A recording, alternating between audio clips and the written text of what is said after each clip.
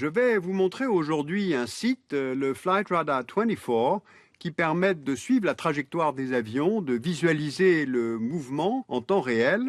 Ces images nous montrent par exemple la côte est des États-Unis et le Canada à 17 heures en heure locale.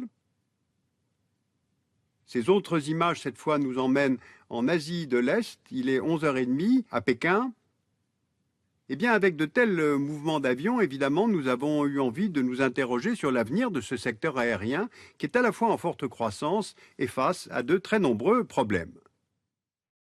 L'aviation civile commerciale a véritablement commencé après la Deuxième Guerre mondiale.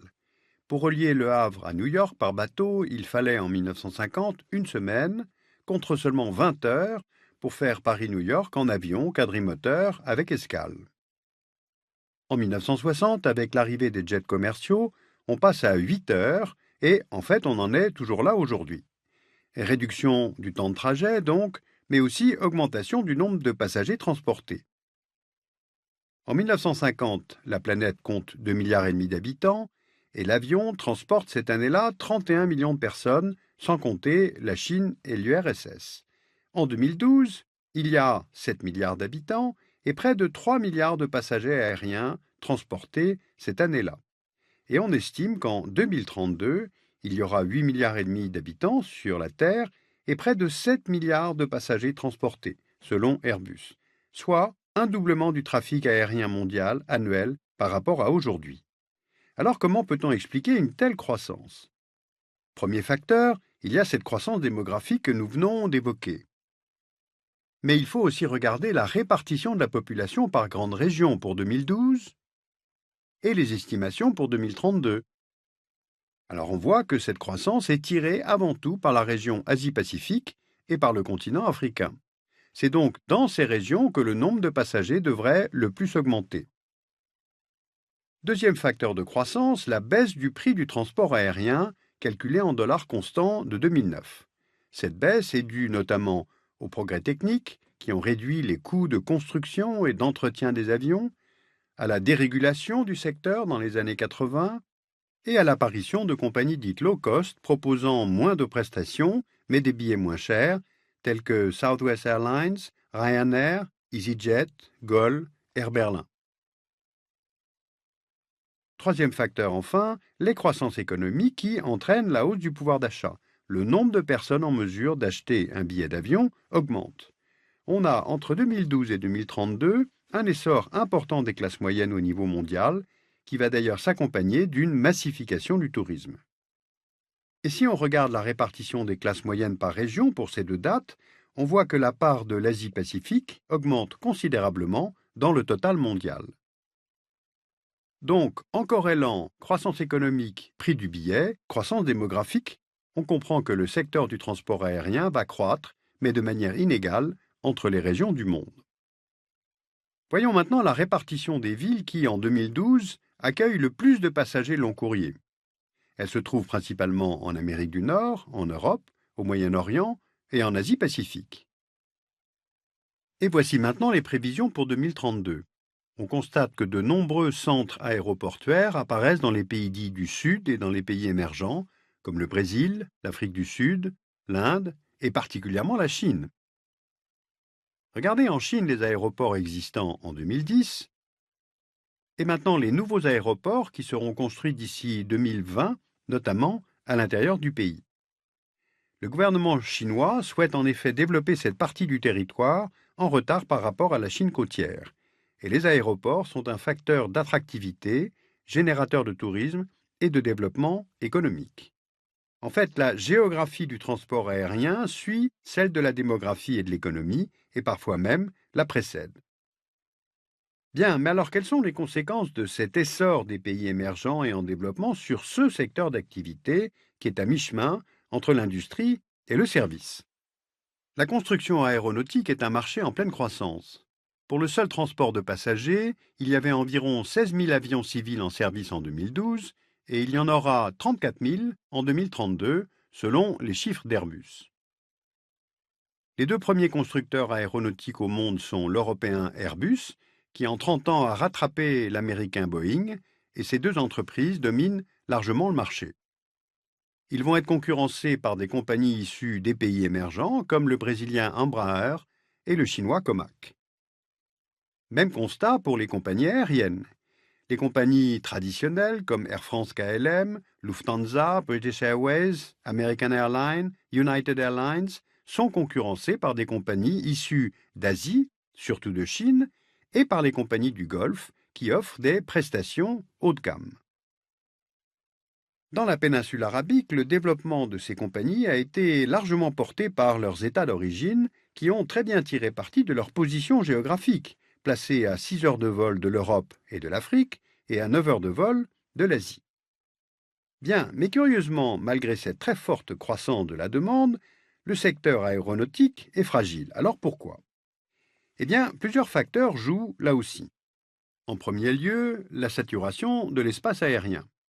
Retournons voir le site Flight Radar 24 qui permet de suivre l'essentiel du trafic aérien en temps réel. Le ciel européen est saturé, ce qui provoque régulièrement des retards. Eurocontrol a estimé que cette congestion aurait entraîné en 2005 des surcoûts d'environ 6 milliards d'euros pour les compagnies aériennes.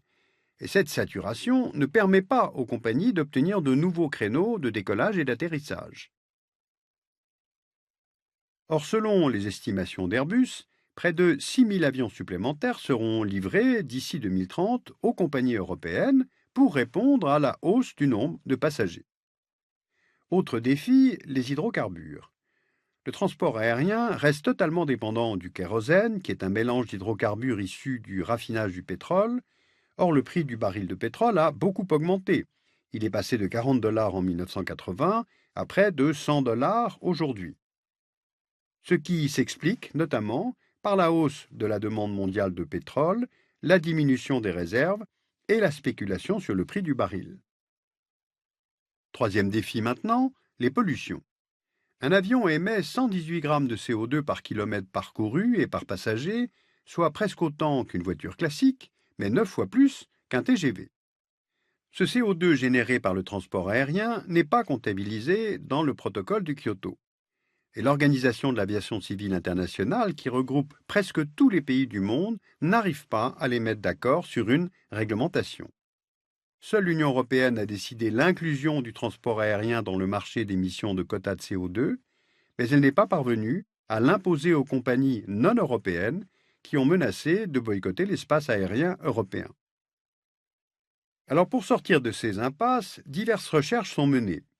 De nouveaux moteurs consommant moins de pétrole, une optimisation des trajectoires et une légère diminution des vitesses de croisière, des avions bénéficiant d'un nouvel aérodynamisme construit en matériaux plus légers tels le titane, et à bord, des sièges plus légers, et pourquoi pas des stewards plus légers, l'utilisation d'agrocarburants comme la jatropha, l'utilisation de l'énergie solaire, à l'image de l'avion prototype Solar Impulse équipé de panneaux solaires sur les ailes.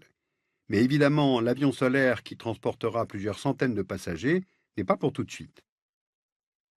Autre facteur de fragilité, bien sûr, la vulnérabilité du transport aérien au conflit. On se souvient bien sûr de la prise d'otage du vol d'Air France Paris-Alger en 1994 par un groupe islamiste, des attentats du 11 septembre 2001 à New York, et plus récemment de l'avion de la Malaysia Airlines abattu en Ukraine en juillet 2014. Et pourtant, l'avion reste un moyen de transport très sûr. Regardez cette courbe, réalisée à partir des données de l'Aviation Safety Network. Entre 1945 et aujourd'hui, le nombre d'accidents d'avion a considérablement baissé.